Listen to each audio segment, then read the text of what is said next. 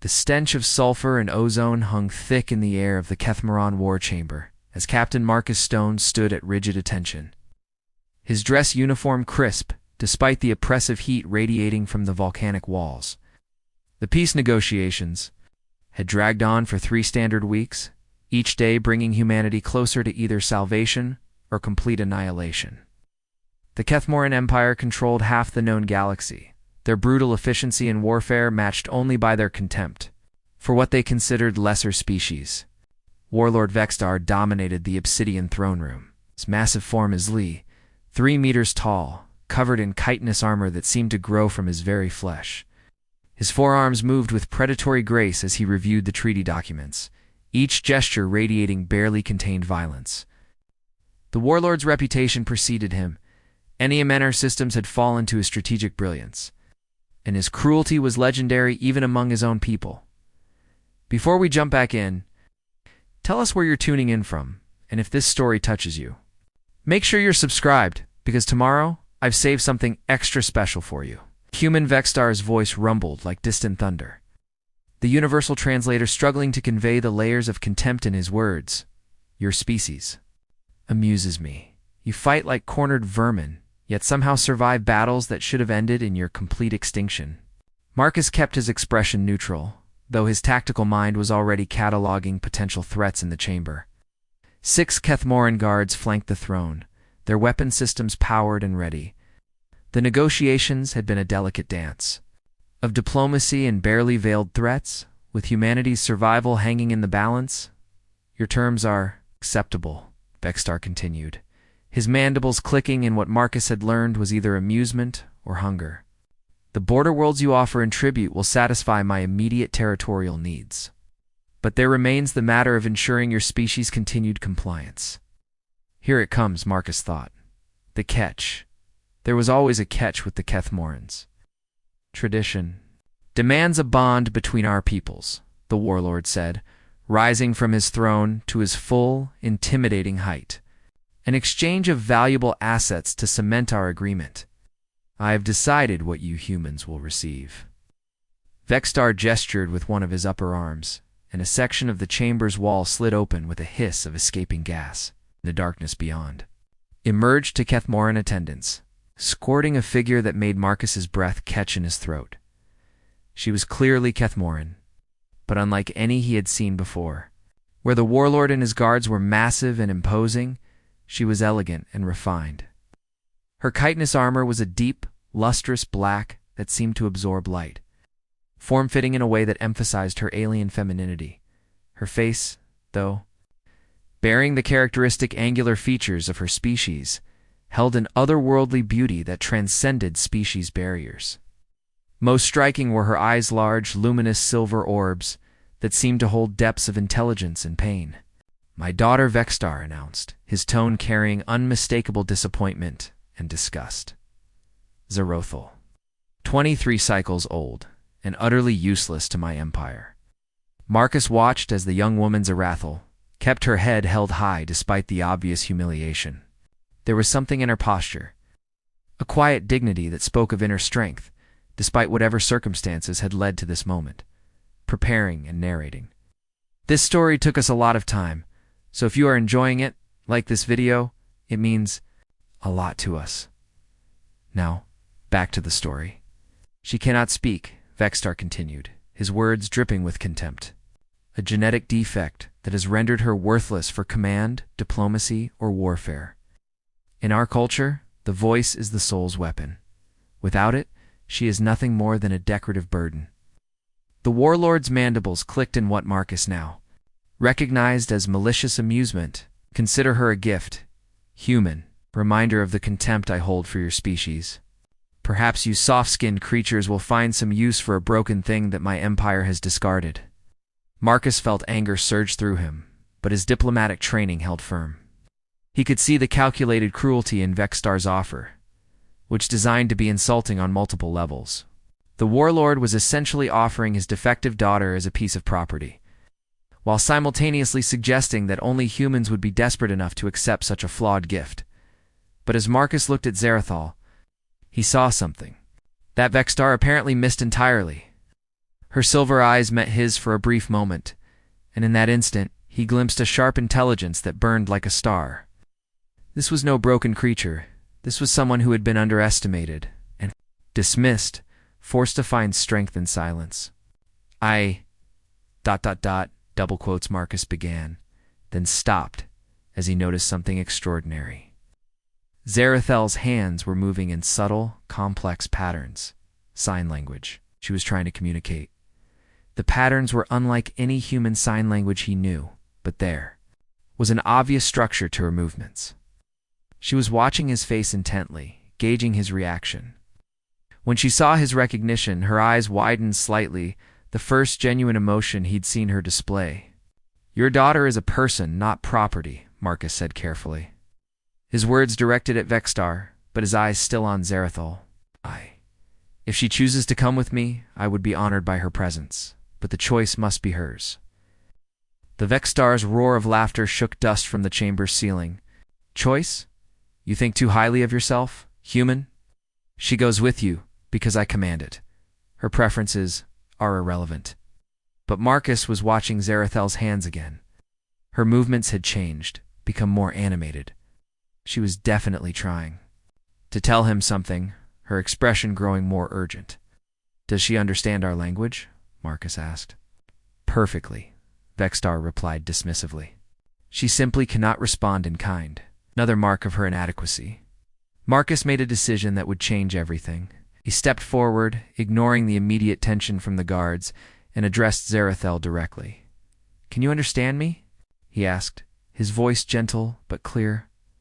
She nodded once, her silver eyes never leaving his face. "If you come with me, I promise you'll be treated with respect and dignity. You'll be free to make your own choices. But I won't force you, will you? Come."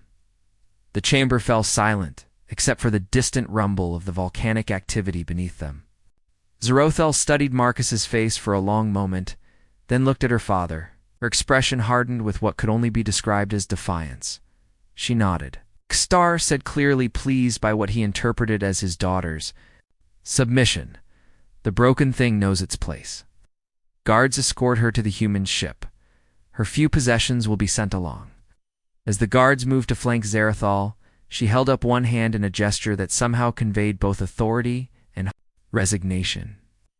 They stopped, apparently recognizing some protocol Marcus didn't understand. She walked toward him with measured steps, her movements graceful despite the obvious emotional weight of the moment. When she reached him, she extended her hand in what was clearly a formal gesture. Marcus took it, noting the surprising warmth of her touch and the subtle vibration he felt, through her armor perhaps, some kind of communication device or biological function he didn't understand. "The exchange is witnessed," Vex'tar declared. "Let it be recorded that Warlord Vex'tar has shown mercy to the humans by gifting them with one of his own bloodline." Despite her limitations, Marcus wanted to object to the language, but he could sense that pushing further would jeopardize not just the negotiations, but Zarathel's safety. Instead, he squeezed her hand gently, trying to convey reassurance. "Thank you," he said formally to Vex'tar, though the words tasted like ash. "The gesture will be remembered." "See that it is?" the warlord replied. "And remember, human she is yours now. Her failures reflect on your species' inability to recognize quality. Try not to waste what little value she might possess." The journey back to Marcus's diplomatic vessel was conducted in tense silence. Zarathel walked beside him, her escort of Keth'moran guards maintaining professional distance but obvious readiness for violence. Marcus found himself studying her profile, noting the way she observed everything around them with keen attention to detail.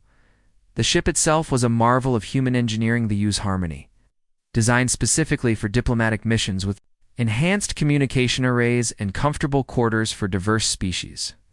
As they boarded, Marcus dismissed the guards with a formal nod, then turned to face his unexpected passenger. They stood in the main corridor, the soft hum of the ship's systems a stark contrast to the harsh environment they'd just left. Zarathel looked around with obvious curiosity, her silver eyes taking in the clean lines and warm lighting of human design. "Your quarters are this way," Marcus said, gesturing down the corridor. I've had them configured for Keth'moran, physiology-based. On the specifications your father's people provided. If there's anything you need changed, just let me know. She tilted her head slightly, and Marcus realized the challenge they faced. How could she let him know anything? Wait, he said, an idea forming. Computer display basic pictographic interface? Multiple species compatibility. Ship's AI responded immediately, projecting a holographic interface filled with simple symbols representing common needs and concepts. Zarathal's eyes widened as she saw the display, then she moved forward and began touching symbols with practiced ease. The interface responded to her selections, building a simple message: gratitude, questions, understanding desired. Marcus smiled, the first genuine expression he'd worn since entering the war chamber. You're very welcome. Ask me anything you want to know? Her hands moved over the interface again. Why kindness? Father spoke truth. I am defective. No, Marcus said firmly, surprising himself with the vehemence in his voice. You're not defective. You're different. Yes, there's a distinction. She paused, studying his face with those luminous eyes. Then, humans value difference? The good ones? Do, Marcus replied. We've learned that diversity makes us stronger. What your father sees as weakness, we might recognize as unique strength. What's strength in silence? Marcus considered the question carefully. Sometimes the most powerful communication doesn't use words. You've been watching, listening, learning. I'd bet you understand your father's empire better than most of his advisors. Zaratha went very still, her silver eyes widening. After a long moment, she touched the interface again. Dangerous knowledge, only if used wrongly, Marcus said. Knowledge can be used to build or destroy. The choice is always ours. She was quiet for several minutes, her hands hovering over the interface. When she finally responded, her message was longer. Father believes humans weak, soft, easily broken. I watch human captain see strength he does not recognize. Why do you accept his insult gift? Marcus felt a chill run down his spine. She understood exactly what had happened, the political maneuvering, the calculated humiliation, the strategic implications. Her father had severely underestimated his supposedly useless daughter. Because, Marcus said slowly, sometimes the most valuable gifts come disguised as insults. And because no one deserves to be treated as property, especially not someone as intelligent as you clearly are. For the first time since he'd met her, Zarathal's composed facade cracked slightly. Her hands trembled as she worked the interface. No one has said such words to me before. Then you've been surrounded by fools, Marcus said bluntly. Come on, let me show you your quarters. We have a 3-day journey ahead of us, and I suspect we have a lot to discuss. As they walked through the ship, Marcus found himself reassessing everything he thought he knew about the negotiations. Vex'tar had intended to insult humanity by giving them his defective daughter. But what if the Warlord had unknowingly handed them the key to understanding his entire empire? What if Zarathal's silence had allowed her to see and hear things that others missed?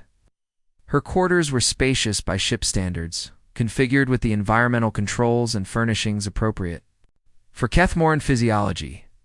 But Marcus had also added touches he hoped would make her feel welcome: soft lighting, access to the ship's entertainment library, and a workspace where she could use the pictographic interface freely. I hope this is comfortable, he said.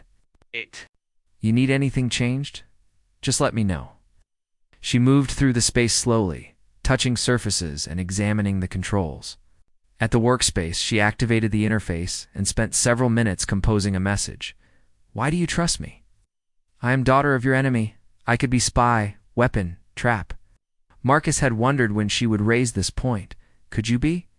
Yes, but I don't think you are.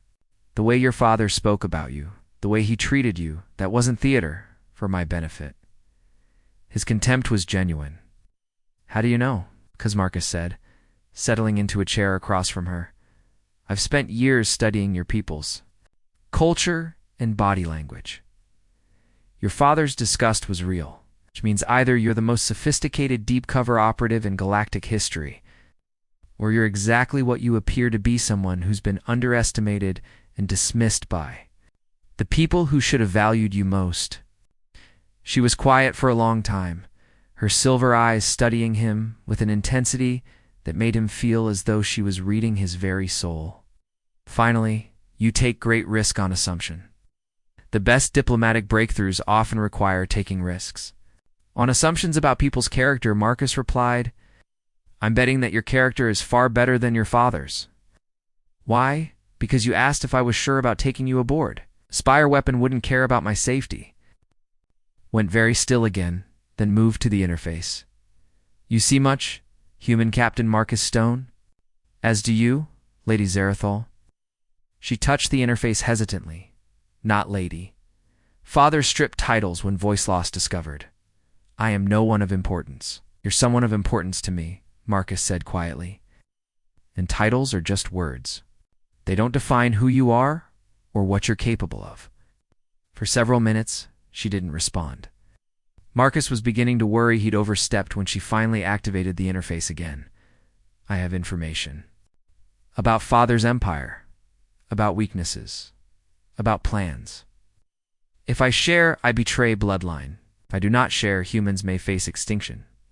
What should I do? Marcus leaned forward, recognizing the magnitude of what she was offering. That's not my decision to make. It's yours. I won't ask you to betray your people, even if it would help mine. Why not? Because if you betray them for me, how would I ever trust that you wouldn't betray me for someone else? Trust has to be built on solid foundations, not on asking people to violate their core principles. She stared at him for a long moment, then worked the interface with rapid, almost frantic movements. You are not what I expected. Father said humans were weak, unprincipled, without honor. But you show honor even when it costs you advantage. Why? Because winning isn't worth anything if you lose yourself in the process, Marcus said.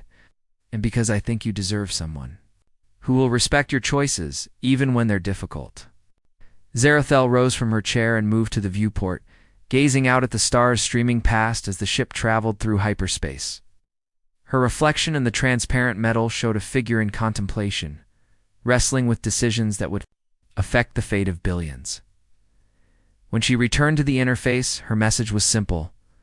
I need time to think. Take all the time you need, Marcus said, standing. I'll be on the bridge if you want to talk. And Zarathel? Whatever you decide, I'm glad you're here. As Marcus left her quarters, he couldn't shake the feeling that the next few days would change everything. Vex'tar had intended to humiliate humanity by giving them his worthless daughter. But Marcus suspected that the Warlord had just made the greatest strategic mistake of his career. The question was, what would Zarathel choose to do with the power that her father had unknowingly placed in her hands? Now the soft chime of the ship's morning cycle woke Marcus from restless sleep. He'd spent most of the night analyzing the diplomatic implications of Zarathal's presence aboard his vessel. But his mind kept returning to the intelligence behind those silver eyes. As captain, he should be focused on the strategic advantages she might offer.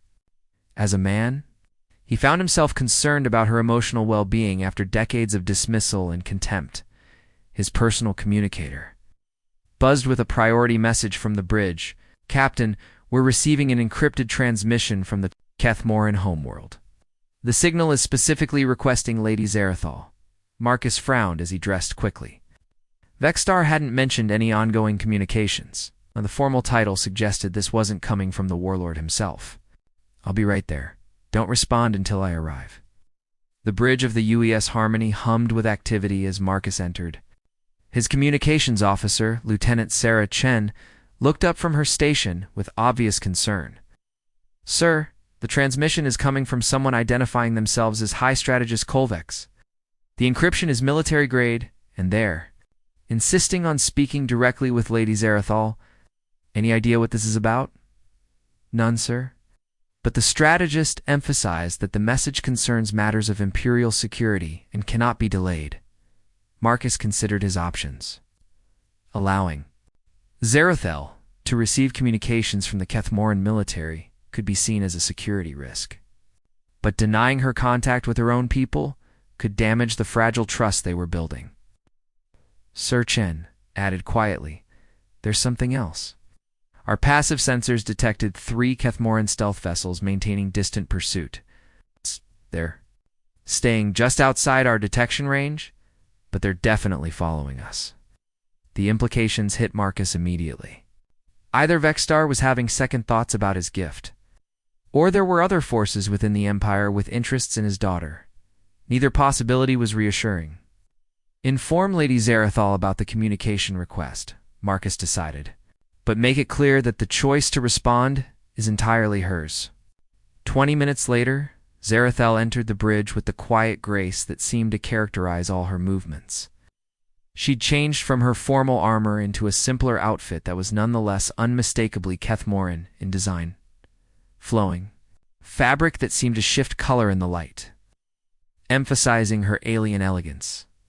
Marcus noticed his crew's reactions: surprise, curiosity, and a few expressions of what could only be called appreciation.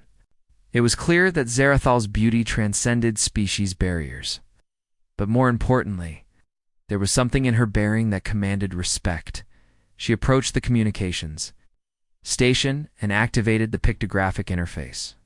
Her message appeared quickly.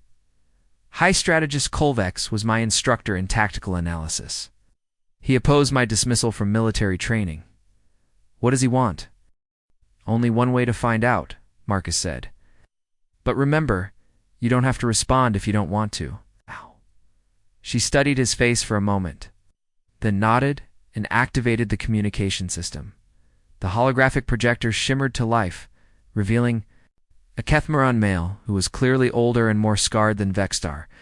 High Strategist Kolvex bore the ritual markings of a veteran commander. His forearms moved with the precise efficiency of someone accustomed to giving orders that determined the fate of systems. Lady Zarathal, he began, his tone carrying genuine respect that stood in stark contrast to her father's contempt. I greet you in the name of the true Empire. Marcus felt his diplomatic instincts activate immediately.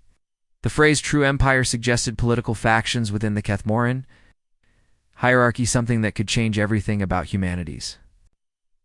Strategic position. Zarathal moved to the interface with swift, precise gestures. The ship's AI translated her response into spoken Keth'moran, honored strategist. I am surprised to hear from you. My father made clear that I am no longer considered part of the Empire. Kolvex's mandibles clicked in what Marcus was learning. To recognize his disapproval, your father's judgment has become clouded by personal prejudice, or those of us who remember your tactical brilliance before the voice loss. We have not forgotten your contributions to the siege of Mordian Prime. Marcus exchanged glances with Lieutenant Chen. Zarathal had military experience. This was the first he'd heard of any actual combat involvement. That was long ago. Zarathal responded through the interface. And my condition makes me unfit for command. Your condition, Kolvex said firmly, has allowed you to observe and analyze without the burden of political speech. Some of us have come to believe this may be an advantage rather than a disability. The strategist paused, his scarred features growing more serious. Lady Zarathal, there are developments within the Empire that require your unique perspective. Your father's aggressive expansion has created instabilities that threaten our long-term survival. The traditional war clans grow restless, and there are whispers of challenge to his authority. Marcus felt his pulse quicken. Internal political strife within the Keth'moran Empire could dramatically alter humanity's position. But it could also make the situation far more dangerous and unpredictable. Zarathal's hands moved rapidly over the interface. Why tell me this? I am in exile. Because, Kolvex replied, your exile may be the very thing that allows you to see solutions that escape those of us still trapped within the Empire's internal politics. And because the human you now travel with may represent an opportunity that your father is too blind to recognize. All eyes on the bridge turned to Marcus, who felt the weight of sudden attention. Kolvex's next words confirmed his suspicions. Captain Stone, I have studied your diplomatic record and military service, your species' unconventional approaches to warfare and negotiation have impressed certain elements within our strategic command. We believe there may be possibilities for alternative arrangements. Marcus stepped forward carefully. What kind of arrangements, strategist? The kind that recognize strength in unexpected forms, Kolvex replied. Lady Zarathal's tactical innovations were revolutionary before her voice loss. Combined with human adaptability and your species' talent for cooperative warfare, there might be solutions to problems that pure Keth'moran doctrine cannot address. Zarathal had gone very still, her silver eyes moving between Kolvex and Marcus. When she finally responded, her message was cautious. "You speak of treason, honored strategist." "I speak of evolution," Kolvex corrected. "The galaxy is changing. Lady Zarathal, species that cannot adapt will perish. Your father clings to the old ways, but you have always seen beyond traditional boundaries." The transmission was interrupted by an alert from the ship's sensors. Lieutenant Chen's voice was tight with concern. "Captain, the pursuing vessels are moving to intercept. They'll be within weapons range in 30 minutes.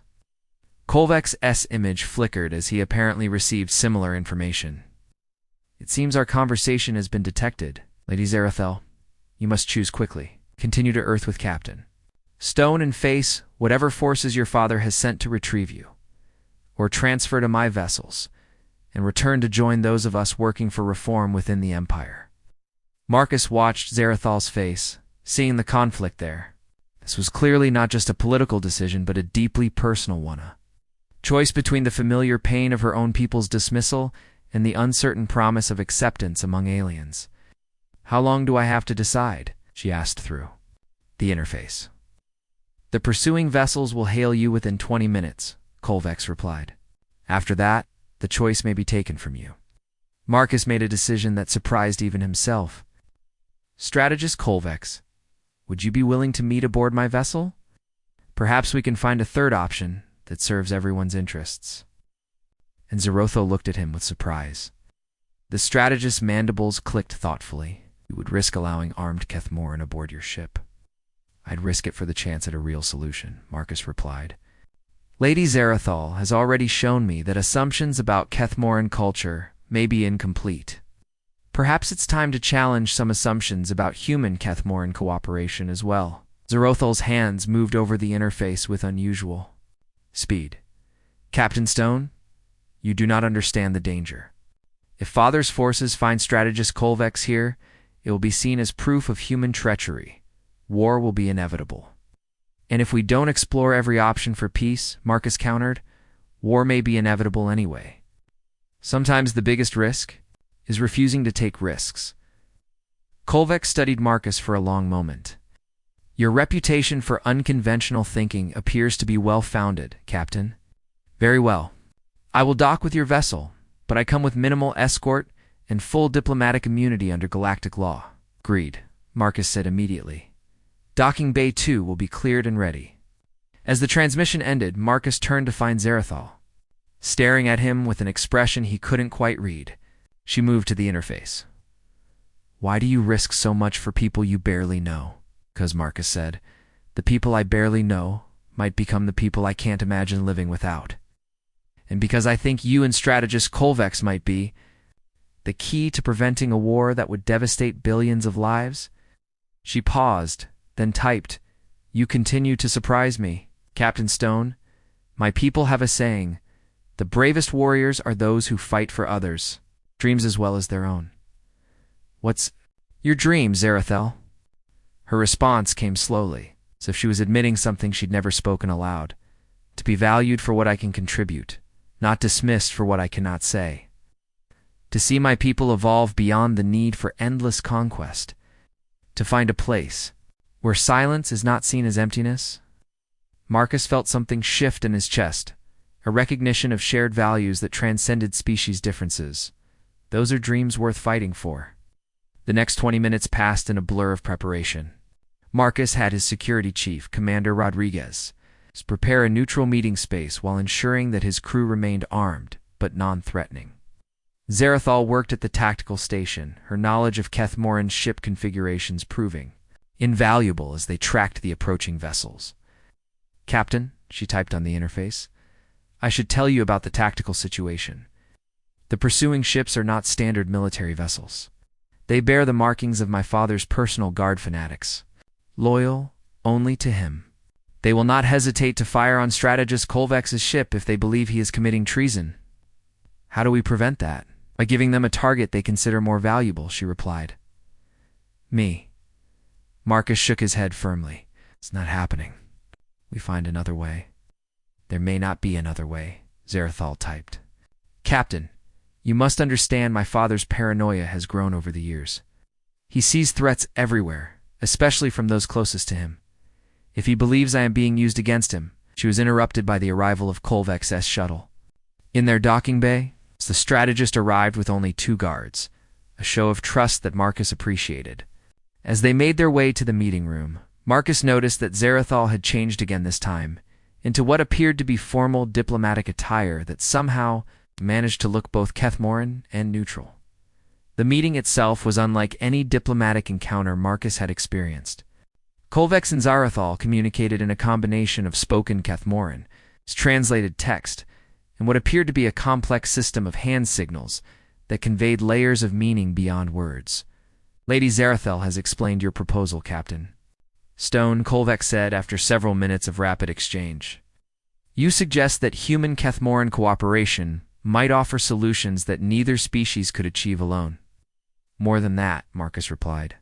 I suggest that Lady Zarathal's unique perspective might be exactly what both our species need to move beyond the cycle of conflict and expansion. Zarathal's hands moved over her interface. Strategist Kolvex has shared disturbing intelligence. Father's expansion has triggered responses from other galactic powers. The Crystalline Confederation is mobilizing, and the AI Collective has begun restricting trade routes. The Empire faces potential war on multiple fronts. Marcus felt a chill run down his spine. A multi-front galactic war would make their current negotiations seem trivial by comparison. What does your father plan to do? Strike first? Kolvex answered grimly. He believes that aggressive action will force the other powers to negotiate from weakness. But his advisors are telling him what he wants to hear, not what he needs to know.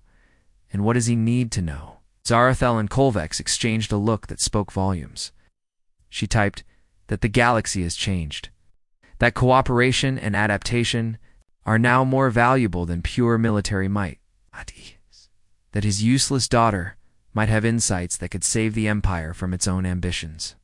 The ship's alert system chose that moment to announce the arrival of Vex'tar's pursuit vessels. Marcus watched as Zarathal's expression grew resigned and determined simultaneously. They're hailing us, Lieutenant Chen announced over the comm. System Marcus looked at Zarathal, then at Kolvex. Whatever happens next, we face it together, all of us.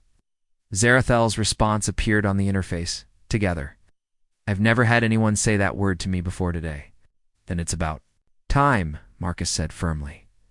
Chen, open the channel. Let's see what Warlord Vex'tar's representatives want. The main screen flickered to life, revealing a Keth'moran commander whose scarred features and ritual markings identified him as one of Vex'tar's elite guard. His expression was cold fury barely held in check. I am War Commander Vex'tar speaking. For Warlord Vex'tar, the traitor Kolvex will surrender immediately, along with the Warlord's property. Any resistance will be met with complete destruction. Marcus felt Zarathal stiffen beside him at the word property. Her hands moved over the interface with sharp, angry motions. Father sends his most brutal enforcer. Vex'tar has never failed. To complete a mission? Then maybe it's time for him to learn something new, Marcus said quietly. To the screen, he replied, Commander Vex'tar, this is Captain Marcus Stone. High Strategist Kolvex is aboard my vessel under diplomatic immunity. Lady Zarathal is here by her own choice. I suggest we discuss this situation like civilized beings. The Sanal's laugh was like grinding metal. Civilized beings do not harbor traitors and stolen property. You have 30 seconds to comply, or we will board your vessel by force. Marcus looked at Zarathal, who was typing rapidly. He means that Vex'tar would destroy this ship to retrieve me if necessary. But Captain... there might be another option. I'm listening. Challenge him to single combat. Keth'moran honor law requires him to accept if the challenge comes from someone of equal status defending family honor. Marcus stared at her. Equal status. I'm not Keth'moran nobility. No, she typed, her silver eyes meeting his. But you are my chosen protector. In our law, that grants you the right to defend my honor as if it were your own family's. Kolvek's mandibles clicked in what Marcus was beginning to recognize as approval. The lady speaks correctly.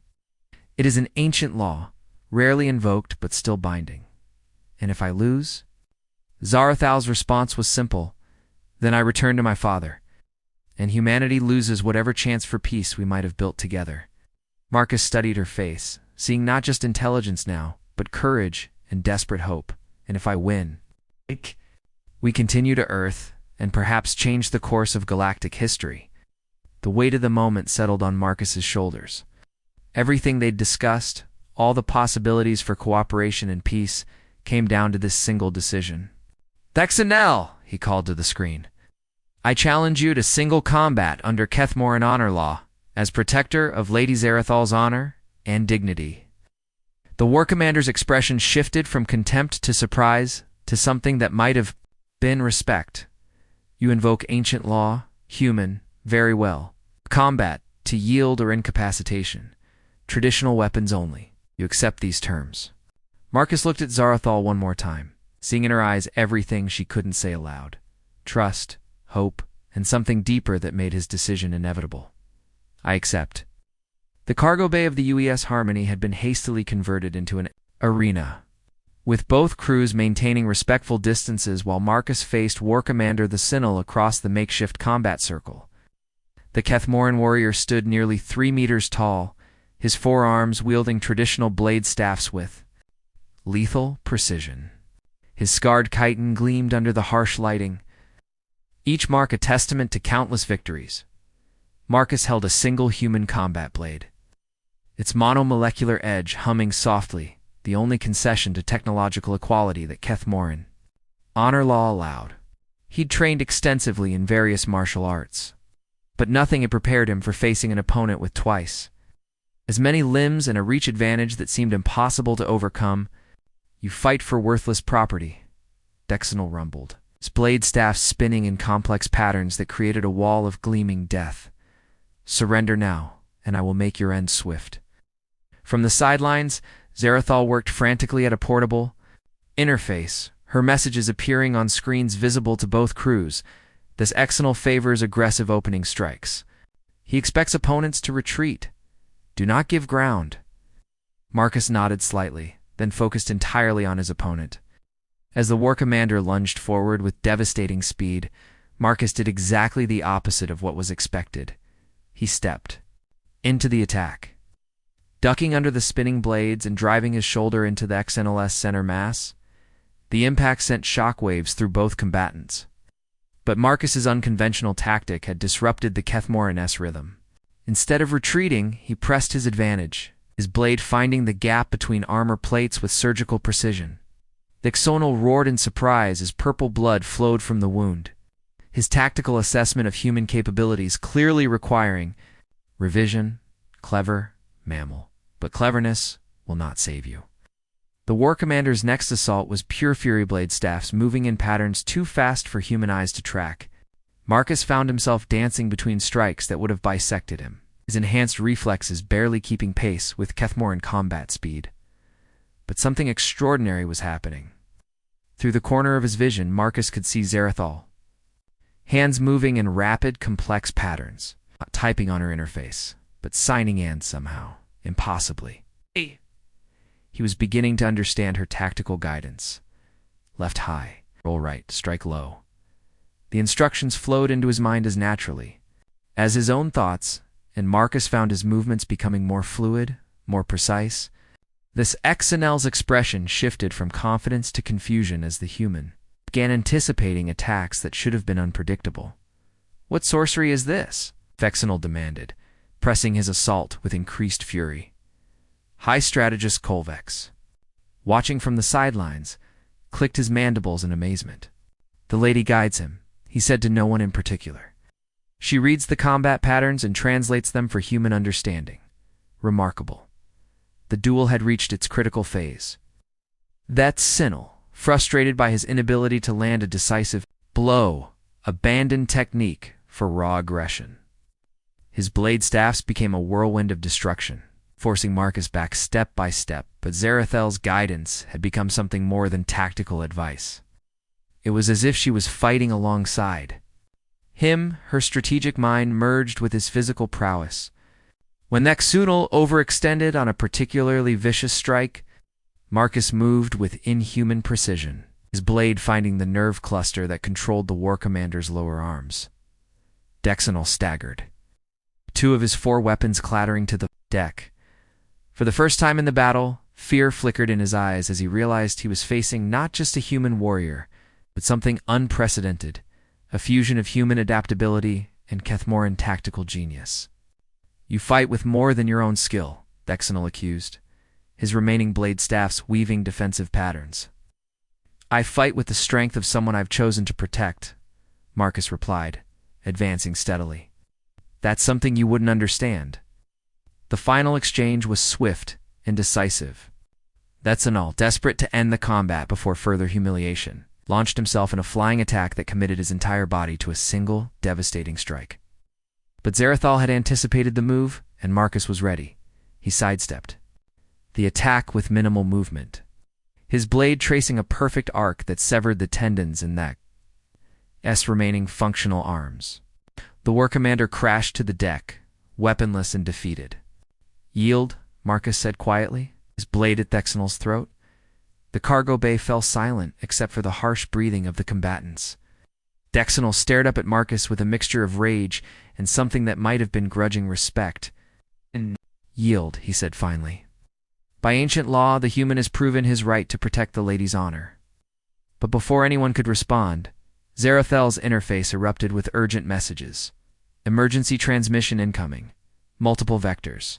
This is not over." The main display activated, revealing not 1 but 3 different communication channels. Warlord Vex'tar's furious visage dominated the center screen, while smaller displays showed other Keth'moran commanders Marcus didn't recognize. Vex'tar roared, "Report immediately." The war commander struggled to his feet, his defeated posture speaking volumes. "My lord, I have been defeated in single combat." The human proved his right under ancient law. Vex'tar's fury was volcanic. "Impossible. Soft-skinned mammal could defeat my finest warrior." "Yet it has happened," said one of the other commanders, his tone carefully neutral. "War commander, this honor remains intact." He faced a worthy opponent and fought with courage. "The ancient laws have been satisfied." Marcus realized with growing amazement that this commander was supporting his victory. Zarathal's interface provided context. Admiral Keth'moran, commander of the Third Fleet, one of strategist Kolvek's allies. But Vex'tar was beyond reason. Laws can be changed. "I am Warlord of the Empire, and I declare this combat invalid." Keth'moran, prepare to destroy that ship and retrieve my property." "Father, no." The voice that cut through the chaos was barely above a whisper, but it carried with perfect clarity through the ship's communication system. Everyone human in Keth'moran alike turned to stare at Zarathal in shock. She was standing beside the interface console, her hand resting on a small device attached to her throat. Her voice, when it came again, was beautiful, melodic, and strong despite its softness. "I said no, father." She stepped forward, her silver eyes blazing with determination. "I am not property to be retrieved. I am Zarathal, tactical genius of the Siege of Mordian Prime, architect of the victory at the Spiral Nebula, and daughter of the Keth'moran Empire. And I choose to stand with Captain Marcus Stone." The silence that followed was deafening. Vex'tar's face cycled through emotions too complex for human understanding: shock, rage, and something that might have been fear. You can speak?" he stammered. "How long?" "I regained my voice 3 cycles ago," Zarathal replied, her tone gaining strength with each word. "The neural damage healed naturally, but I chose to remain silent." "Do you know why, father?" Vex'tar's expression was becoming increasingly unstable. "Tell me." "'Cause in silence, I learned to truly listen. I heard what our people whispered about. Your reign of terror. I learned of the growing rebellions, the economic instabilities, the military overextension that threatens our very survival. I discovered that your advisors lie to you because they fear your wrath more than they value truth." Admiral Keth'moran leaned forward in his transmission. "Lady Zarathal speaks wisdom, my lord." The Empire faces challenges that require new approaches. I found those approaches, Zadathel continued, by observing how other species solve problems through cooperation rather than domination. Captain Stone has shown me that strength can come from protecting others rather than conquering them. Marcus felt his heart racing as he listened to her voice for the first time. Everything about her, her intelligence, her courage, her hidden strength was reflected in the musical quality of her speech. You would betray your own species for these mammals? Vex'tar spat. I would save my species from its own worst instincts, Zarathal replied firmly. Father, the Crystalline Confederation and AI Collective are not mobilizing against us out of fear. They're mobilizing because your expansion threatens the stability of the entire galactic sector. Continue this path, and the Empire will face annihilation. High Strategist Kolvek stepped forward. My lord, your daughter speaks tactical truth. Our intelligence confirms massive military buildup among the other powers. We cannot win a war on multiple fronts. Then what do you propose? Vex'tar demanded, though his tone had shifted from rage to something approaching desperation. Zarathel looked at Marcus, then back at her father. An alliance. Real cooperation, not subjugation. Humanity offers technological innovation and adaptive strategies that could revolutionize our military doctrine. In return, we offer protection and shared resources. The humans are weak. Humans, Zarathel said quietly, just prove they can defeat our finest warriors when properly guided. Captain Stone didn't win through superior strength. He won through superior tactics and the willingness to trust in partnership. Marcus found his voice. Warlord Vex'tar, your daughter is offering you a path to survival and prosperity that doesn't require endless conquest. She's giving you the chance to be remembered as the leader who evolved the Empire rather than the one who destroyed it. For long moments, the only sound was the hum of ship systems. Then Admiral Keth'moran spoke. My lord, I formally request permission to begin negotiations with the human delegation. Lady Zarathal's proposal has merit. Other voices joined in, commanders and strategists who had been silent during Vex'tar's reign of terror were finally finding the courage to speak truth to power. Zarathal's public declaration had given them permission to voice what they had only whispered in private. Vex'tar looked around at his subordinates, seeing for perhaps the first time how isolated he had become. When he finally spoke, his voice was that of a tired old warrior rather than a tyrannical warlord. Zarathal, he said quietly, my daughter, have I truly been such a failure as a father that you would choose aliens over your own blood? No, father, she replied, her voice gentle but firm. I choose a future where my people can thrive instead of merely survive. Come with us to Earth. See what cooperation can achieve. Let Captain Stone show you what I've learned about the strength that comes from unity rather than domination. Marcus watched as the most powerful warlord in the galaxy struggled with concepts that challenged everything he had built his identity around. The decision Vex'tar made in the next few moments would determine the fate of billions. Admiral Keth'moran Vex'tar said finally, escort my daughter and her protector to Earth. I will follow in 3 days with a formal diplomatic delegation. The relief that flooded through Marcus was overwhelming, but Zarathel wasn't finished. There's one more thing, father, she said. When you arrive on Earth, you will address me as Lady Zarathal, a strategic advisor to the human Keth'moran Alliance. Not as your property, not as your broken daughter, but as an equal partner in building our shared future. Her for a long moment, then clicked his mandibles in what Marcus was learning to recognize as rueful amusement. You have indeed grown beyond my expectations, daughter. Very well, Lady Zarathal, it is. As the transmissions ended and the immediate crisis passed, Marcus found himself alone with Zarathal in the ship's observation lounge. Earth hung before them in the viewport, blue and beautiful and full of possibilities. You had your voice back. For 3 cycles, Marcus said quietly, why reveal it now? Zarathal turned to face him, and in her silver eyes he saw not just intelligence and courage, but something deeper, affection, gratitude, and the beginning of something that might become love.